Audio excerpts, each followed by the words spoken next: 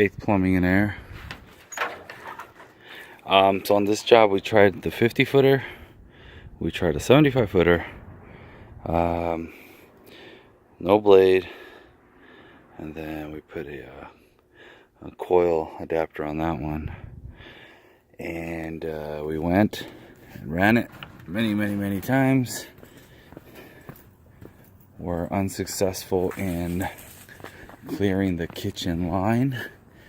Reason being is that is caked with grease.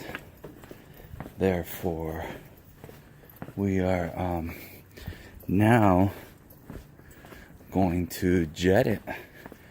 This is a residential home. Normally jetting we do on restaurants and stuff. However, there's our jetter, electric eel.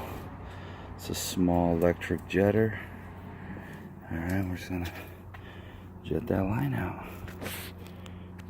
Right now it's backed up. As you can see, I'll show you guys. Well, as you can see the evidence, it's backed up. But you know, it's still spewing stuff out. Alright.